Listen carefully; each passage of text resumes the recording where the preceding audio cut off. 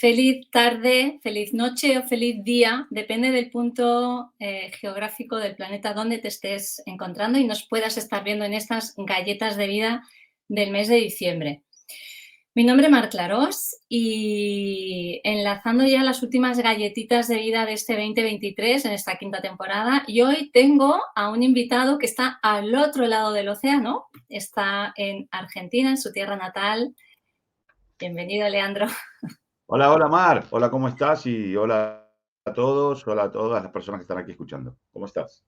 Bien, aquí pues escuchando, queriéndote escuchar, a ver cómo compartimos desde esta propuesta que hemos acordado.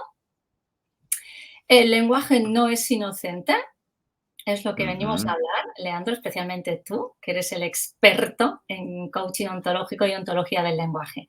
Antes de continuar, Leandro, déjame presentar. Leandro estuvo, yo creo que para mayo de este año, junto con Alfonso San Juan, hablando de pues, todos sus proyectos que hacían, de cómo pues, bueno, el tema de atrevernos, de hacer cambios y todo esto. Y ya hicimos la presentación, pero bueno, voy a hacer un recordatorio. Leandro es muchísimas formaciones, conferencista, orador, empresario, emprendedor desde muy joven y especialmente acompaña en procesos de transformación a las personas que se atreven a vivirlo, coach en el dominio del coaching ontológico y el ontología del lenguaje, que como él dice se enamoró y lo desarrolló desde su sentir. Leandro, yo creo que te la hice en aquel momento, pero te la voy a volver a hacer porque es un espacio para mí bonito de galletas de vida. ¿Qué soñaba Leandro cuando era pequeñito o adolescente? Qué buena pregunta. Requiere hacer un viaje hacia atrás, a evocar. Vos sabes que tú sabes que el cerebro también se entrena. Hay personas que están quizá un poquito más entrenadas en ir hacia atrás y evocar y abrir esas pequeñas cajitas de recuerdos, y algunos otros en el medio, y otros estamos poco entrenados en eso. Quizá como, no voy a evitar la respuesta, pero hago este aterrizaje, quizá como una deformación profesional de tener siempre mi cerebro orientado hacia el futuro, porque es mi modo de apoyar a las personas, muy hacia adelante. Tengo muy desentrenado el ir hacia atrás a buscar. Y es más, son muchos momentos que directamente voy como borrando. Aquí me pasó cuando llegué a Buenos Aires, ahora en este viaje de este mes de diciembre. Me encontré con una persona, una entrenadora a quien yo había formado, y en un entrenamiento que hice aquí, que estuve facilitando aquí, y me vino a saludar, y lo primero que cuando me abrazó me dijo: te pido perdón. Y yo estaba todo alegre: hola. ¿Por qué? Por lo que te he hecho en tal momento, tal. ¿Qué cosa? Y bueno, me recordó toda una situación que había sido hiper mega traumática y dolorosa, y una cosa como hasta de quizás hasta de deslealtad, en la que ella hizo su proceso de reflexión, entendió que había estado mal, me vino a buscar, entró al evento y me vino a pedir perdón. Y le dije: sabes que yo me lo tenía totalmente olvidado, yo te vi sentir la misma alegría de siempre, me había olvidado, es cierto que me había jodido, estás perdonada, le dije, ya está. Pero me cuesta. Si me voy hacia mi infancia, a pensar qué soñaba, no puedo identificar seguramente qué soñaba, la verdad que no, pero sí puedo identificar qué no. Jamás me hubiera visto yo, digamos, sí, yo soñaba con un perfil eh, bastante terrenal, de una cuestión empresaria, de, de emprender, de crear e inventar y arriesgar. Y eso que soñé fue lo que hice a mis 17 años cuando terminé el colegio. Montar mi primer negocio, pedir un dinero prestado a mi padre, a mi tío. Y yo siempre digo, no como un orgullo, sino como un dato, que algunos lo dicen: ay, pero ¿qué tiene de bueno? Digo, no, que yo lo comparto como un dato, como un hecho, no es un juicio, ¿no? Que yo nunca he tenido en mi vida un sueldo, una nómina, como le dicen en España. Nunca, jamás en mi vida me acosté sabiendo que tenía las vacaciones pagas, o cuánto cotizaba para el paro, o si me iban a dar el bono de fin de año. Nunca. Entonces, yo creo que soñaba eso de niño, poder ser un empresario exitoso y tal, y me ha ido muy bien. Luego en la vida encontré la deriva humana y creo haber podido unirlas. Y de hecho he sido un empresario del mundo del desarrollo personal muy exitoso aquí en Argentina, hasta que me retiré, me autojubilé y me fui a España. Y bueno, en España volví a la actividad, ok, eso es otro tema, pero soñaba un poco con esta cuestión material y del éxito empresario, de verdad, de pequeño, y seguramente no soñaba en absoluto con orientarme hacia el ser humano como potencial o ser herramienta para otros seres humanos en términos de desarrollo y tal. Y quizá me lo pueda explicar porque en mi casa estaba orientada hacia el ser humano. Mi padre era médico, mi madre era farmacéutica, mi hermana psicóloga, y toda la orientación era hacia apoyar al ser humano. Y mientras tanto yo tenía mis negocios, me iba bien y quizá a los 25 ganaba más dinero que mi padre. A mí realmente me ha ido muy bien. Pero bueno, como te decía, se cruzó en mi vida el mundo de la reflexión o de lo humano, y yo que venía de un paradigma tan frívolo en un sentido, tampoco quiero desmerecer el mundo empresario y del dinero, para Bueno, nada, más en pero la materia, Leandro, es lo que es. Somos seres humanos con cuerpo y espíritu. tú lo has dicho. Apareció eso y algo se despertó en mí y me orienté hacia ahí. Así que lo que hago hoy en mi vida o la manera que tengo de aportar no es lo que fue mi sueño de pequeño. Bien, sabes que esto tiene como esa mirada más de sistémica que también me apasiona, que como ya también sabes, esa mirada de las constelaciones familiares, de honrar de dónde venimos. Ujú, Constelaciones decimos que cuando tomamos a mamá y a papá enteros y completamente es cuando estamos abiertos al sí, a la vida y a ofrecerle más a la vida, ¿no? Y este espacio, bueno, hago esta pregunta siempre, tiene ese propósito de honrar tu ujú, historia, aquel niño que jugaba o soñaba ser empresario, con aquel ujú. joven que se encontró con el devenir humano y quiso fusionarlo. Sí, Y quiero sí, honrar cada pasito que has dado, cada paso que has dado, y a quienes te acompañaron con sís y con noes, que han hecho posible que hoy estés haciendo lo que haces y estemos aquí hablando de ello. Así que sí. queda todo ello desde mi corazón Mm. y desde mis ancestros también, que me tienen aquí colocada, Leandro. Qué bonito, qué bonito. Considero igual lo importante que es. De hecho, quizá en algunos momentos de mi vida pude considerar que el tipo de formación familiar había sido muy deficiente respecto de las cuestiones de los negocios y el dinero, pero luego con el recorrer de la vida y la distancia, pues, ha sido perfecto. Agradezco cada momento y porque luego pude rescatar toda la parte humana de lo que era la conversación de mi hogar, ya más de grande cuando yo me orienté hacia eso, ¿no? Así Pues, que sí, vamos, agradecido, por supuesto. vamos con el título del tema de hoy, el lenguaje no es inocente. Cuando yo me acuerdo la primera vez que te lo escuché, fue como, lenguaje no es Mm, inocente, ¿no? ¿Qué significa esto? Más allá de lo mm, que escucho, ¿no? mm. ¿Qué significa, Leandro? Mira, me lo voy a inventar un poquito o aterrizar o facilitar. A mí me invento que algo inocente o alguien inocente es aquel tipo de fenómeno o persona que no tiene impacto en lo que ocurre. Entonces, cualquier cosa que ocurre tiene un culpable o responsable o el título que quiera, según desde donde lo estés observando, y tiene ciertos sujetos, elementos que son inocentes, quiere decir, no han impactado en el proceso, están ahí. El hecho de que estén, pueden agregar una pequeña nota de color, pero no han impactado ese proceso. Es inocente.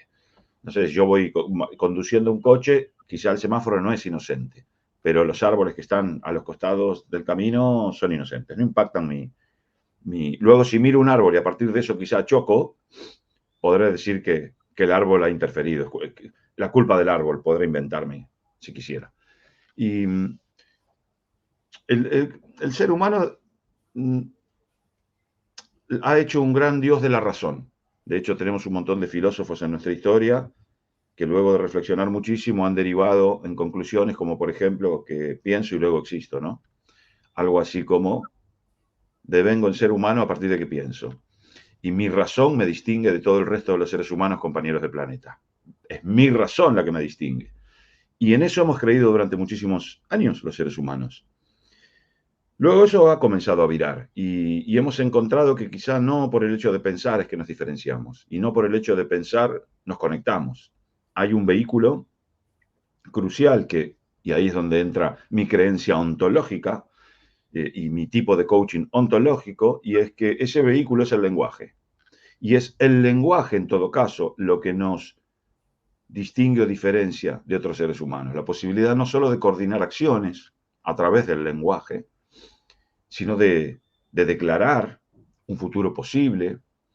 Y ahí entra otra distinción muy grande respecto del lenguaje. Para todos quienes nos escuchan es importante que puedan distinguir esto y verlo con mucha nitidez. Durante muchísimos tiempos de nuestra historia, el lenguaje ha sido pasivo. El lenguaje ha sido descriptivo. Entonces, las personas contaban fábulas y describían grandes proezas de sus reyes y sus guerreros, y el lenguaje estaba para ser usado para describir. Con lo cual, lo que está implícito ahí es que primero es la historia, primero es lo que ocurre, primero es el mundo, y luego es el lenguaje, que viene como una herramienta maravillosa a describir ese mundo. Primero el mundo, luego el lenguaje. Y luego también esto sufre un gran quiebre. A partir de los lingüistas y muchas corrientes filosóficas existenciales, empezamos a distinguir que el lenguaje no solo es descriptivo y pasivo, el lenguaje es activo, el lenguaje genera realidad.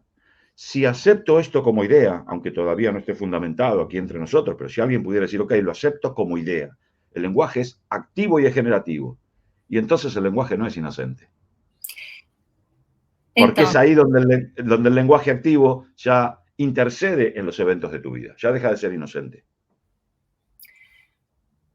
Para la persona que por primera vez está escuchando esta idea, y claro, tan entrenados que estamos a creernos que el lenguaje es el relato, es lo que explica lo acontecido, ¿no?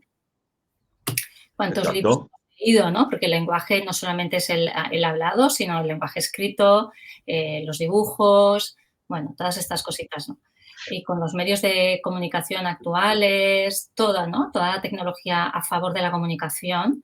El lenguaje no verbal, Mar. Exacto, el lenguaje no verbal, la lectura de rostros, que también hay personas ya especialistas en leer el rostro, ¿no?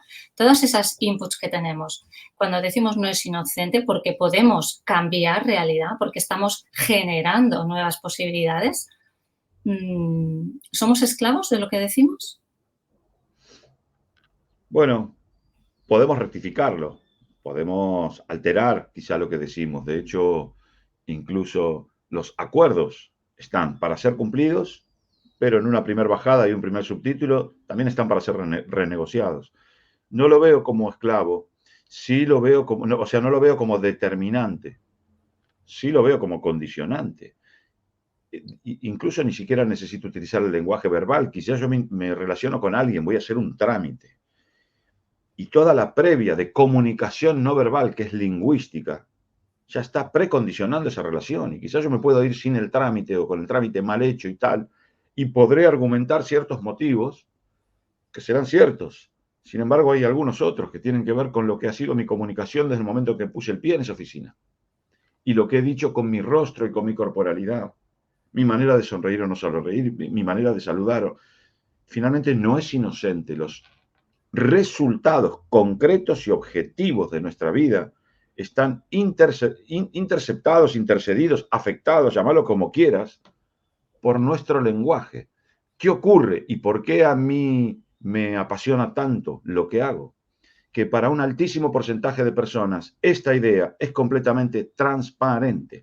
Y entonces los resultados de su vida los atribuyen a un montón de cosas que probablemente son cosas que no puedas manejar. Entonces, si yo no lo puedo manejar, ya está fuera de mí este problema. No depende de mí. Cuando tal persona cambie, cuando el mundo cambie, cuando haga frío o calor o lo que fuera, entonces sí tendré el resultado. A partir de yo distinguir esta idea de que el lenguaje no es inocente y de que yo soy un ser lingüístico y así me relaciono y así genero expectativas, resentimiento, miedo, cuidado, desconfianza, confianza, ambición en los demás y en mí, entonces puedo hacerme cargo de que lo que ocurre ahí fuera tiene muchísimo que ver conmigo. Por eso hay un vínculo muy potente entre la responsabilidad y la, digamos, la precondición lingüística, ¿cómo decirlo? Consciente, ¿no? Ujú. Hacerme cargo de mi lenguaje es directamente hacerme cargo de mis resultados.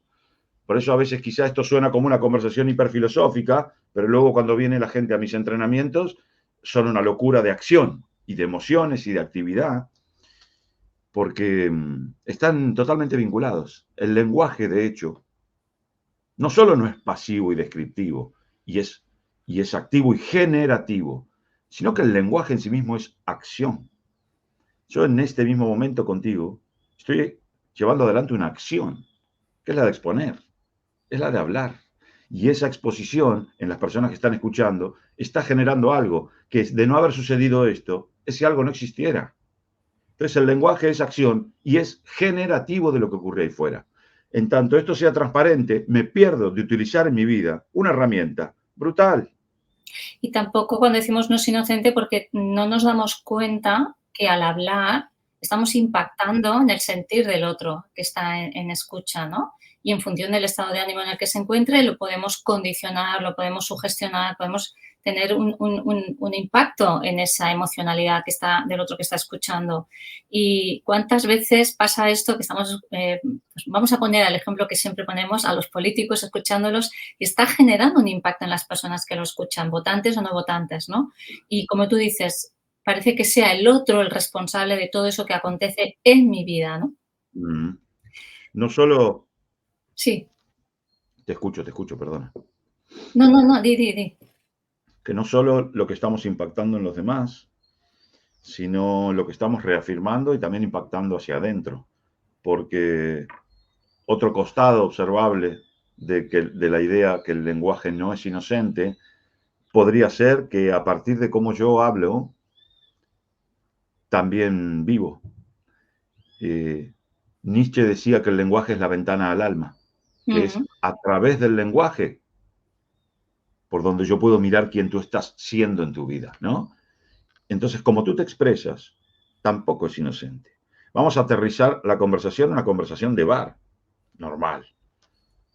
Las personas hablan como son, que nosotros sabemos que no es como son, es como están siendo en ese momento, ¿ok? Pero y hay algún tipo de personas que están todo el tiempo quejándose, viendo todo de manera negativa, y que cuando salí de casa me cagó la paloma volando, y después pisé la baldosa y me salpicó, me manchó el pantalón, y después el coche me salpicó también con agua, y todo, y el clima, y esto, todo es amenazante, todo es oscuro, todo, estoy en la lucha, ¿cómo estás?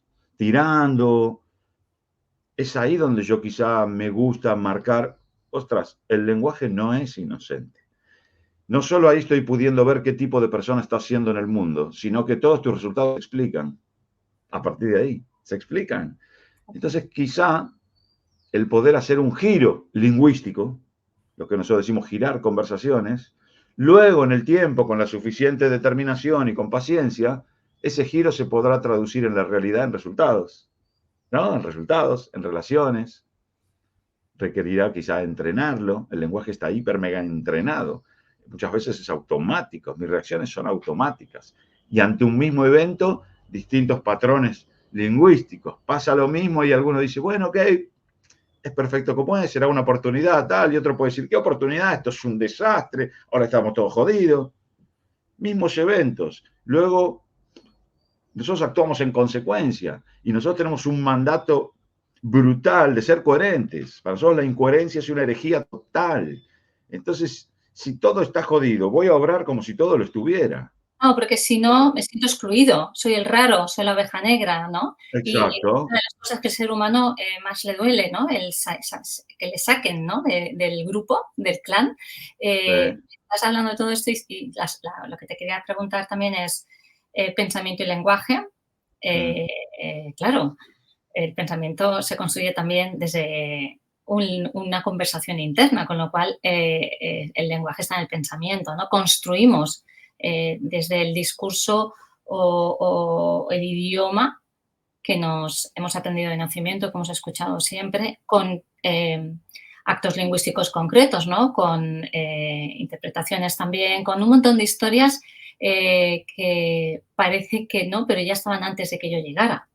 Y no nos damos cuenta en qué medida me está condicionando todo ello, ¿no? Y sí, de esa realidad no podemos escaparnos. Nosotros, el concepto de libertad, esto lo tomo de Miguel Ruiz, no es mío, es un poco utópico. Creemos que somos libres porque entonces yo elijo vestirme con esta camiseta de colores y en uso de mi libertad. Sí, ok. Sin embargo, esta camiseta de colores es una de las 100 que pude elegir, que ya estaban allí. Finalmente, entonces, cuando puedo ver eso, mi libertad es relativa. Y eso ocurre cuando nacemos. Nosotros hacemos ciertos acuerdos de cómo queremos vivir entre los miles de acuerdos que ya están disponibles, que estaban antes. No solo elegimos entre los que ya estaban antes, sino que elegimos condicionados por también nuestra crianza, nuestro entorno, nuestro país, ¿no? Elegimos interpretar la muerte de tal manera, la vida de tal manera, las relaciones de tal manera, los hombres de tal manera, las mujeres de tal manera. Y bueno, somos seres interpretativos, cada uno en su mundo. Vivimos en un mundo interpretativo. Nosotros queremos todos descubrir la verdad. Y a lo sumo podemos llegar algún día a poder entender lo que es nuestra verdad, que es mi manera de observar, construida en el lenguaje. Por eso es que somos seres lingüísticos. El tercer postulado ontológico claramente nos enseña. Nos creamos a nosotros mismos en el lenguaje y a través de él, en un proceso dinámico. Esta misma conversación está creando maneras de ser en nosotros. Quien está escuchando quizá a partir de algo que en el lenguaje se activa, deriva un pensamiento que luego a nivel neurocerebral, que desconozco, opera en una nueva posibilidad, que se traduce mañana en una nueva conversación y un nuevo resultado, que genera otro tipo de emoción. Entonces, en el concepto de giro lingüístico, a mí me ha resultado muy atractivo para trabajarlo. Y el hecho de entrenarme en la escucha, que no es este caso, estoy exponiendo bastante más que vos, porque es un caso de que soy del entrevistado, el invitado, pero mi entrenamiento es en la escucha, no tanto en la exposición, porque a partir de escuchar, como nos decía Nietzsche, es la ventana al alma, es la única manera que tengo de aproximarme, aunque sea un poquitito así, a quien tú estás siendo en el mundo. Por eso el lenguaje no es inocente. El lenguaje quiere ser manipulado por la mente, siempre, pero a la mente se le escapa la tortuga y no puede manipularlo al completo. Ya Freud había descubierto que el chiste, lo que se llama aquí, no sé cómo se llama en España, el furcio, que es esa equivocación inconsciente, son manifestaciones del inconsciente, son momentos en los que a la mente que está controlando el lenguaje se le escapa la tortuga, se le escapa. Y el que está atento en la escucha, ahí puede distinguir el paradigma desde el cual vienes, desde dónde operas, dónde, en el lenguaje y en el lenguaje no verbal. También existe una fuerza de coherencia que es brutal entre el lenguaje hablado y el lenguaje corporal. Por eso se puede acceder desde cualquier dominio. Tú sabes que hay posturas corporales que generan ciertas emociones. Hay un Total. tipo de sonrisa que no me acuerdo. Sí, yo también había leído, perdona que te interrumpa, que no me acuerdo también quién era, que trabajaba con sus coaches o sus clientes con ¿quieres ser exitoso? Vamos a entrenar la postura exitosa. Y los tenía toda la hora sentados con una, y no recuerdo el nombre, pero claro, decía, engaña a tu cerebro para que se crea que eres exitosa o que Claro. lo que sea, ¿no? Con tu cuerpo, porque al final el cuerpo crea memoria corporal, ¿no? Tú sabes que ha habido estudios que han demostrado y se ha visto que lograr cierta combinación de mueca, o sea, de combinación de músculos faciales para lograr una cierta mueca de tristeza sostenida en no sé cuánto tiempo y la persona lloraba. Sí, sí, sí, sí, sí, hay estudios, sí. Yo también lo he Y hay leído. un tipo de sonrisa que no sé cómo se hace, que era utilizando un boli o algo, colocándolo y no sé qué, para lograr activar cierta sonrisa muy particular que a partir de estar lograda generaba una emoción de alegría y optimismo. es que está y eso es el lenguaje no verbal, eso es el lenguaje. Eso es. Entonces todo ocurre en el lenguaje. Finalmente, no solo somos seres lingüísticos y nos creamos en el lenguaje y a través de él, sino que el lenguaje ya no puede ser más algo pasivo. El lenguaje es activo, el lenguaje es acción, el lenguaje ya no es descriptivo, el lenguaje es generativo. A partir del lenguaje es que hoy estamos nosotros conversando aquí. Que tú un día me dijiste, Leandro, ¿estás para que hagamos una entrevista y tal? Eso es una petición, un acto lingüístico. De los 5 actos lingüísticos que hay en todos los idiomas y en todos los tiempos, uno de ellos es la petición. Si tú no pides, Rafael Echeverría, autor de Ontología del Lenguaje, pone en uno de sus... Ahí está, libro de cabecera en el máster, pone en uno de sus capítulos, hay personas que saben hacer peticiones y otras que no. Y Cierto. ambos tienen una vida en consecuencia. Eso es la habilidad de utilizar un determinado acto lingüístico, que es la petición. Cómo utilizarlo, según qué momento. Sin embargo, hay algunas personas que puedan creer, yo no pido, a mí no me gusta pedir, porque tengo construido en el lenguaje que quien pide tal y tal y tal cosa. Que para entonces ser una persona independiente, entonces no hay que pedir, porque entonces lo aprendí y hay un montón quizás de juicios maestros que impiden que yo haga peticiones. Ni mal ni bien, tengo una vida en consecuencia, diferente a quien sí lo hace. Fíjate, yo cuando leí esta parte de las peticiones dije, alá, María del Mar, me dije yo a mí misma, que no había sabido construir peticiones porque como era la que siempre estaba dando, no me Claro. podía permitir yo a mí misma el cuento que yo me contaba de pedir, ¿no? Mm, Porque yo tenía que ser autosuficiente, tenía que poder con todo, porque era de ser buena persona, ¿no? Mi cuento, ¿no? Entonces, también esas conversaciones internas que tenemos de nosotros basándonos en paradigmas, creencias, expectativas de los demás respecto a nosotros, ¿no? Y lo que cada uno trae y también honrar esa historia. También a mí me ha ayudado mm, como a vincularme lingüísticamente desde otro lugar con lo que sucedió, ¿no? Y que también me ha mm, traído aquí, ¿no? Y también claro. ese lenguaje usarlo para modificar, no el pasado, porque sabemos que es 2 verdades, no podemos cambiar el pasado y que nos Mm, vamos a morir, ¿no? 2 verdades verdaderas. mm, mm, Pero sí que la relación sea desde un lenguaje inclusivo, desde un lenguaje como más de neutralidad, sin juicios no fundamentados quizás, mm, ¿no? mm. Mar, nunca es tarde para haber tenido una hermosa niñez. Tú no puedes cambiar tu niñez, pero sí puedes cambiar la interpretación que has hecho sobre tu niñez. Tu ex, que hasta hace 10 minutos había sido lo peor que había pasado en tu vida, quizá pudiera transformarse en algo muy bueno, una bendición de tu vida. Todo eso ocurre en el lenguaje. Nosotros vivimos en mundos interpretativos. La capacidad de interpretar y reinterpretar nuestra historia es la que nos abre o nos cierra posibilidades de futuro. Como tenemos una pulsión casi irresistible a querer tener razón, una vez que hemos interpretado de determinada manera, no nos interesa reinterpretar, aunque eso implique tener una vida más satisfactoria, porque lo que queremos es tener razón, sostener una y otra vez la misma postura. Y entonces, si esto ha sido así, ha sido así. Siempre lo he dicho y ahora no voy a ser incoherente. La coherencia en un punto es algo muy bonito de desafiar. Mira, la semana pasada estuvo un mexicano, Aldo Barragán, hablando de las rupturas y de cómo gestionarlo de manera saludable. Y decía que una de las cosas que más pasa después del primer momento de rompemos es que no se dan las conversaciones saludables, porque no suelen, ¿no? Y Claro. justamente también con esto, ¿no? Me interpreto que tú eres el culpable y yo soy la víctima, me anclo a esa idea y no hay manera de cerrar esa puerta de la ruptura y poder continuar con lo que traiga la vida, ¿no? Y qué importante también el lenguaje ahí en yo tengo la razón, tú estás equivocado, yo soy la víctima, tú eres el culpable. Mil historias que ya suceden, interpretaciones, porque ya nos abren heridas del pasado también y ahí entra todo el lenguaje pasado más el del presente y todo se mezcla interpretando y reinterpretando desde el mismo lugar, que parece que estemos avanzando y no avanzamos, ¿no?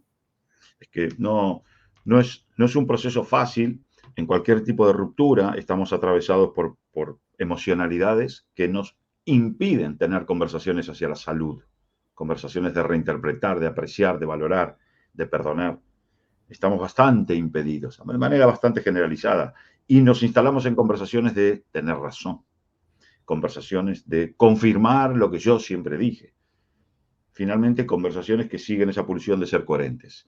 Siempre te he dicho que eras así y me lo has demostrado, y, ¿no? Entonces, lo que quiero es confirmarlo. Básicamente ahí lo que hay es, no quiero tener una salida hacia la salud. Lo que quiero es tener razón. Es importante que se lo podamos ver. Y luego la Wow. satisfacción de tener razón son 5 minutos. Hasta que de la conversación termina, los primeros 5 minutos. Después todo es horrible. Pero es muy difícil lograr ese giro conversacional, ese giro lingüístico o ese giro ontológico que nos permita dejar de tener razón. Sobre todo porque la conversación es una danza. Y es doblemente difícil o exponencialmente difícil hacer yo ese giro si tú no lo haces. Porque entonces, bueno, yo ahora me pongo en comprensivo, en apreciativo, y tú sigues queriendo tener razón. Entonces no. Entonces yo también vuelvo a tener razón. Y ahí, claro, entramos en un derrotero de perder, perder, hiper mega conocido. Y un círculo vicioso que nos ancla cada vez más ahí. ¿Por qué crees, desde la experiencia tuya de acompañar en procesos de transformación a seres humanos, Leandro, por qué crees que el ser humano, aparte, o sea, qué es lo que nos insta a querer tener la razón cuando sabemos que estamos entrando en sufrimiento, no en dolor, y sí en sufrimiento? ¿Qué nos hace quedarnos ahí? Te lo digo ya, probablemente esté equivocado, es una creencia, no es una verdad, pero es una creencia que la confirmo a cada paso de mi camino, porque vivimos con miedo. Vivimos con miedo. Soltar mis posturas es algo así como soltar mis escudos. Mis posturas son mis escudos. Son mi manera de salir a la calle. Tengo esta postura, incluso a veces no solo desde lo lingüístico, desde lo estético. Entonces tengo que salir con la gorrita que ponga mi postura. ¿En qué yo creo? Es una manera de...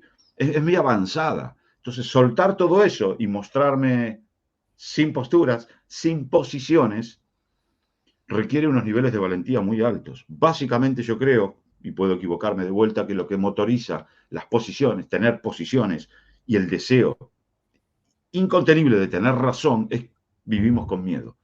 Es más, me invento y me puedo equivocar que cuanto más terca es una persona, terca, la palabra terco se utiliza, se entiende en España. Sí, Cuanto más terca es una persona y más sostiene sus posiciones, detrás de eso lo que hay es un miedo mayor.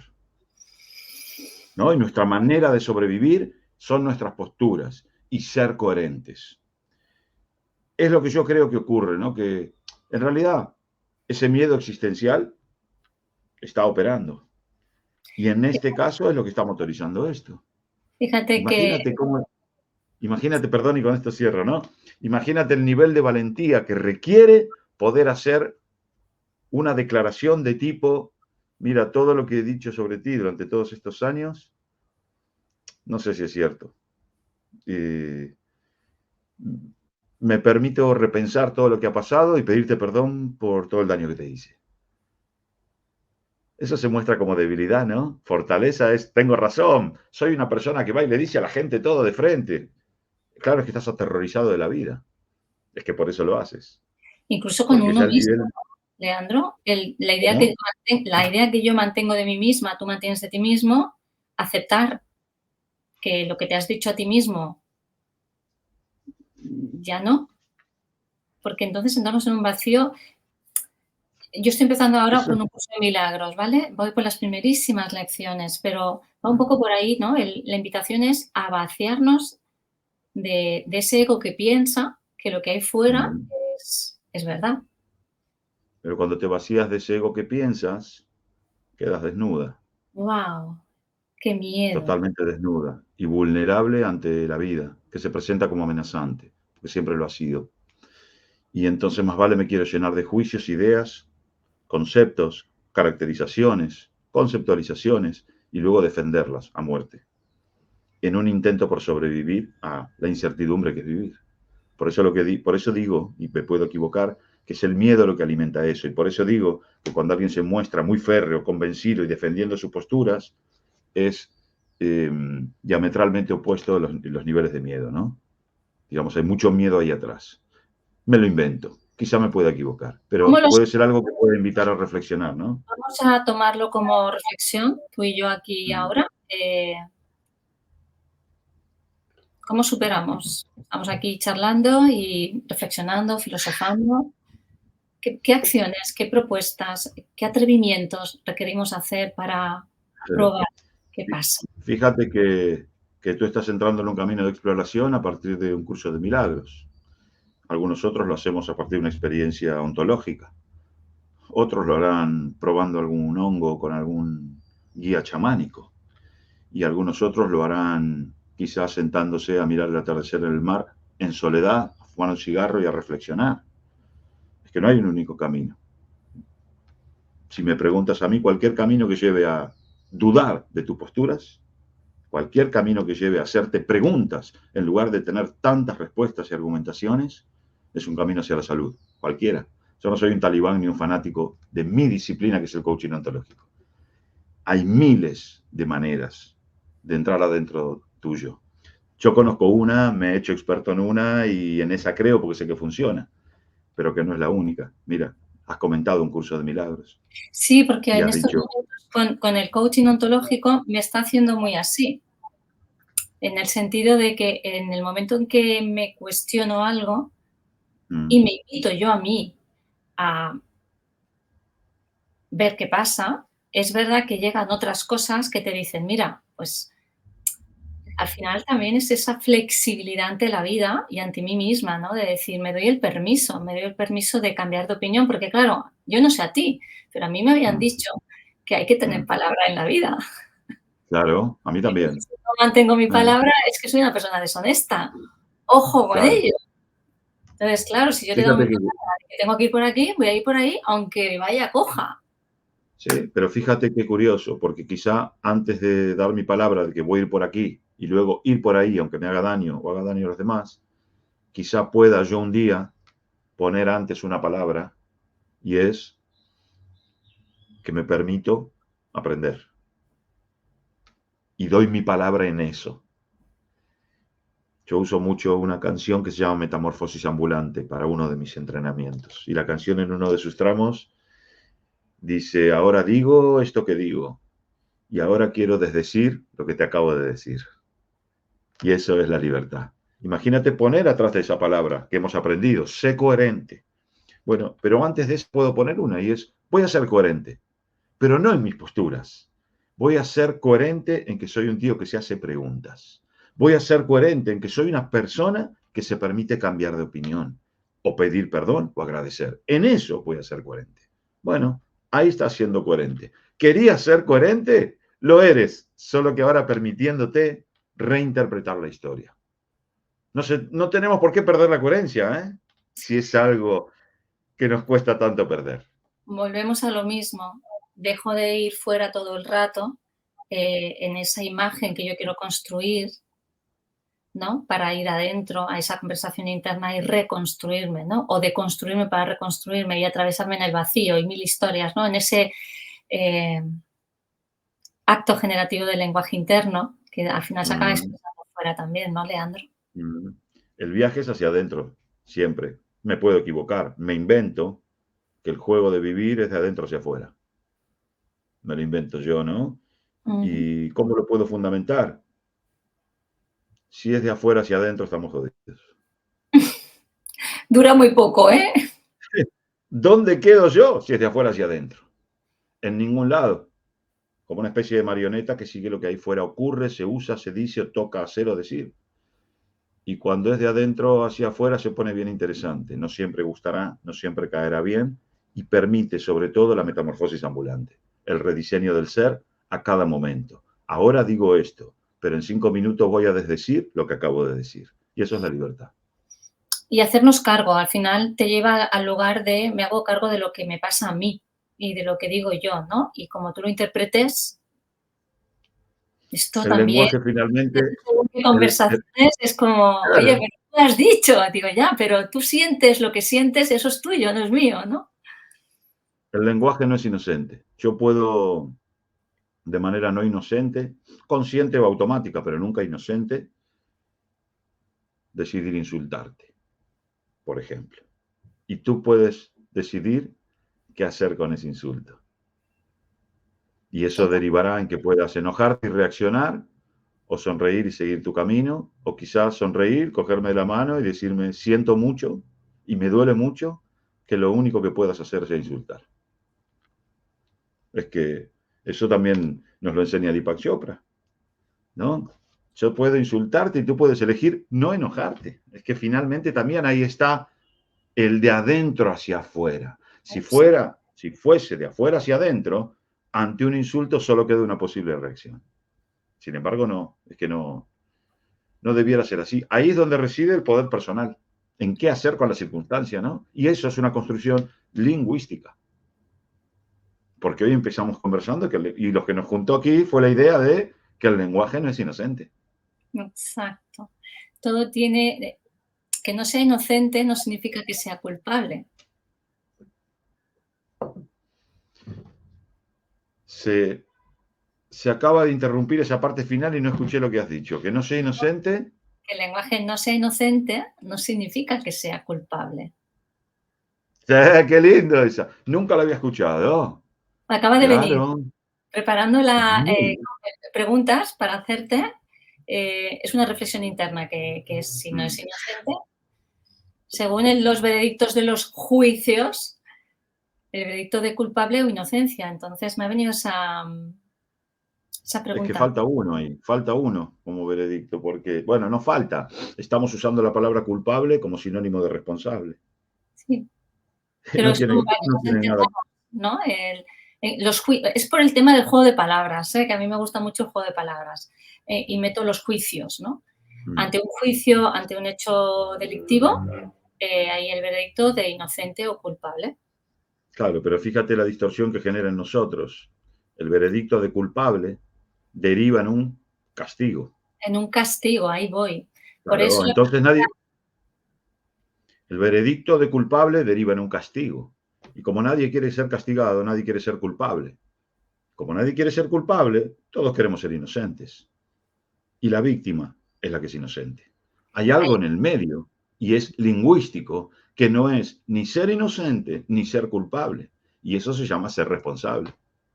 Si yo soy responsable, lo que hay detrás no es un castigo, hay una nueva acción que genere un nuevo resultado, hay un perdón, hay un gracias, hay un voy de vuelta, pero la hemos borrado de la palabra responsabilidad.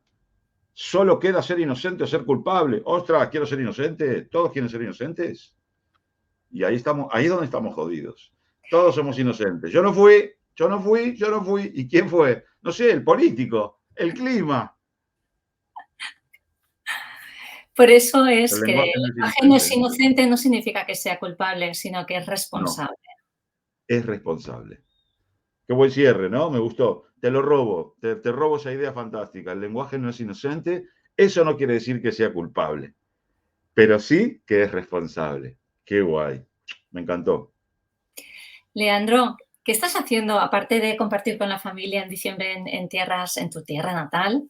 Porque yo creo que lo he dicho al principio, pero si no lo digo, Leandro está actualmente viviendo aquí en España, en Valencia, pero tienes proyectos por ahí, ¿no? Sé que vas a hacer cositas este fin de semana que viene, próximo. Sí, sí. Estoy haciendo un entrenamiento este fin de próximo, se llama Abraza tus miedos, que me parece una manera muy fantástica de contar lo que ocurre ahí. Y haremos bueno, la famosa dinámica y emblemática dinámica del firewalking, la caminata en el fuego, cuando caiga el sol a la tarde. Durante todo el día será una jornada de trabajo espectacular, buceando nuestros miedos y abrazándolos, ¿no? Es un poco lo que decíamos antes, el giro lingüístico del miedo es malo, lo quiero cuando lo pierdas, que no lo vas a perder, no lo vas a perder nunca, solo toca abrazarlo y con él y todo dar el paso. Esa es la invitación a la jornada. Empieza a la mañana, termina la noche, abraza tus miedos. Y yo viajo mucho a la Argentina. Este año es mi tercer viaje. Muchísimo. Vivo en Valencia, pero viajo mucho aquí. Y entonces cuando vengo me gusta siempre hacer alguna cosita. para volver a conectar con la gente que quizá me valora y quiere hacer algo conmigo. En el viaje anterior hice un entrenamiento que he diseñado hace mucho tiempo que se llama El Viaje, con 3 etapas, el viaje parte 1, 2 y 3, y ahora es Abraza tus miedos. Y luego en marzo, cuando regrese, tengo muchas ganas de hacer un evento bastante grande, lo he llamado, y esto es una novedad, es muy reciente, Argentina en Acción, siendo que este país acaba de elegir presidente, y me invento que puede ser un momento de ponernos de verdad en acción, dejar de temer y dar el paso, ¿no? Y quiero apoyar ese movimiento. Por eso estoy creando un evento llamado Argentina en Acción para lanzar en marzo. Fíjate que hay muchos profesionales que están haciendo cositas de ese tipo en Argentina, motivando a accionar, a ser responsables también, ¿no? de lo que acontece. Y, bueno, pues éxitos en eso que haces. Abraza tus miedos en estos momentos. Como seres humanos, imposible no sentir miedo porque somos seres emocionales en carne y hueso. Pero sí podemos elegir qué hacemos con eso que nos pasa dentro y que a veces es paralizante y que cuando los abrazas se transforman hasta que llegan otros nuevos, pero esos se transforman, ¿no? Y son impulsores, ¿no? Y la energía del miedo paraliza, te puede impulsar también. El juego de vivir es con miedo y todo. Y vivir en Disney, en una ilusión infantil, es cuando el miedo se vaya, lo voy a hacer. Nunca se va a ir. Y no llega, sí. Y la acción no llega nunca. Es pararte en una idea de tú y tu miedo juntos, pero cuando toca decidir, decido yo. Qué bueno, cuando toca decidir, decido yo. El lenguaje no es inocente, lo cual no significa que sea culpable, sino más bien responsable. Qué bonito. Gracias, Mar. Leandro, si quieres contactar con él y si estás en Argentina y quieres preguntarle sobre pues, el nuevo evento, lo que vaya a hacer en marzo, cositas así, o estás aquí en España y quieres contactar, aquí tienes el Instagram y la web donde él facilita los entrenamientos de alto impacto aquí en España con Cefai.